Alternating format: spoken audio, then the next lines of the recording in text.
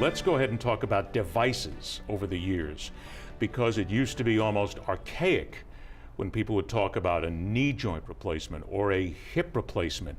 So how have things gotten better? And if you can, give us an idea by using the knee models there, what specifically has gotten so much better that's made it so much easier?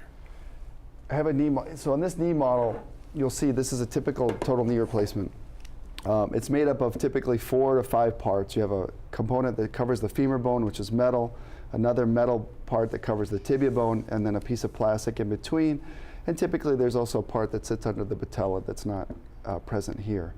The main change has been the quality of the piece of plastic, believe it or not. And this is really just a basic type of plastic. And what happened is the way that they changed the way that they processed this about 15 years ago.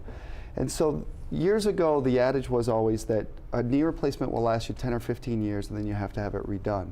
Similarly with a hip replacement. And that was because the plastic would eventually wear out and cause problems in the joint requiring some type of revision surgery. What we've seen now is with these modern plastics is that wearing down process doesn't really occur anymore.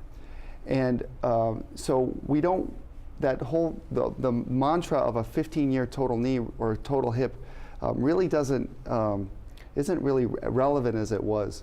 There are still other things that can cause the joint to eventually fail, but really the plastic wearing down is no longer that issue. Does it not recur as much as it used to simply because the plastic is better?